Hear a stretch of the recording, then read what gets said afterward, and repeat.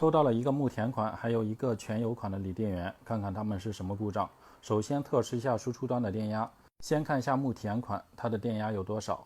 显示0伏，好像不正常，重新给它拔插一下。输出端的电压显示12伏，明显电压低。全油款显示电压是19伏左右，好像没有太大的异常。将木田款的这块锂电源外壳拆解开，看一下它输出电压低的原因到底是什么。将它的外壳拆解开之后，先看一下它的电路板，上面的灰尘很多，应该使用比较频繁。再看一下电芯，这一侧的电芯有生锈的现象，有可能是漏液造成的一个损坏。接着用电池内堵特试仪看一下这5堵电芯到底是哪几块出现了问题。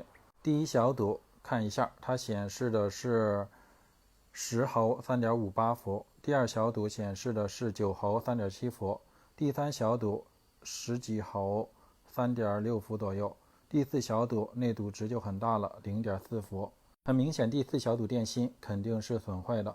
第五小堵电芯显示的是10毫 3.6 伏，除了第四堵电芯之外，其余的3堵电芯内堵值和压差并不是很大，应该还能够继续使用。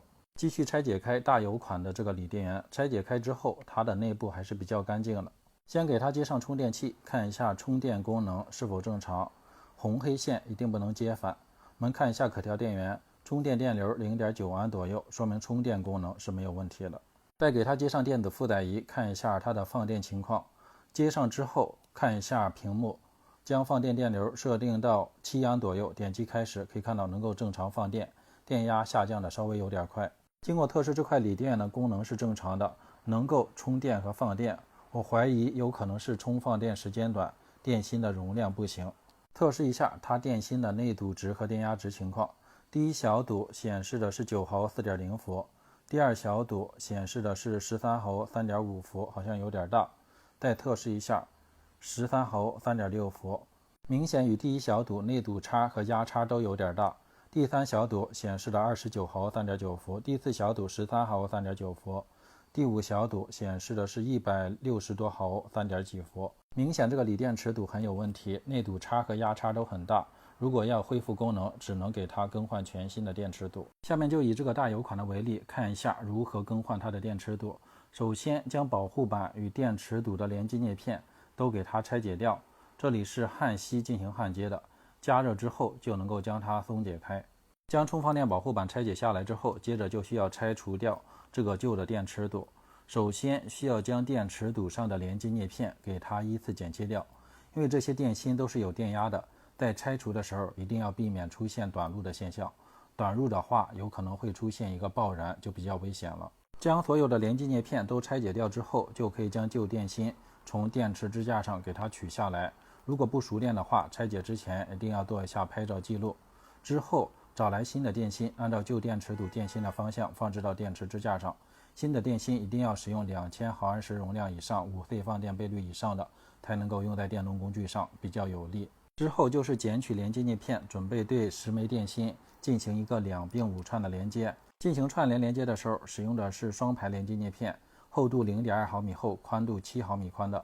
懂正负极的连接叶片可以使用单排连接叶片，使用的是 0.2 毫米厚、7毫米宽的镀镍钢片。连接的时候，首先将电池堵懂负极的2枚电芯并联，接着上下第2堵、第3堵电芯2并2串，第4堵、第5堵电芯2并2串的连接。电池堵做一下翻转，先焊接上电池堵等正极。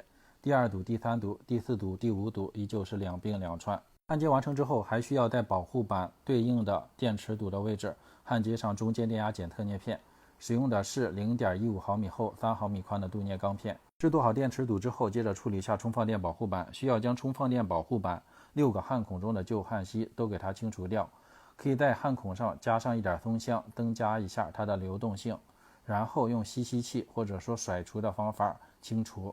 处理好充放电保护板之后，就可以将保护板安装到电池堵上了。注意一下保护板上的 B 加焊点对准电池堵的懂正极， B 减焊点对准电池堵的懂负极。焊孔一定要清理干净，否则新的连接叶片很难安装。基本上懂正负极对齐之后，这个保护板安装就是正确的。然后用螺丝将它固定紧固，之后用电烙铁加焊锡将6个焊点的位置给它焊接牢固。这6个焊点分别是懂正负极以及4个中间电压检测点。焊接完成之后，这个锂电源就更换电池都完成了，是不是很简单？另一个木田款的锂电源也可以使用这样的方法进行更换。那好的，这期就到这里，大家有什么建议想法可以多多关注和留言，我们就拜拜喽。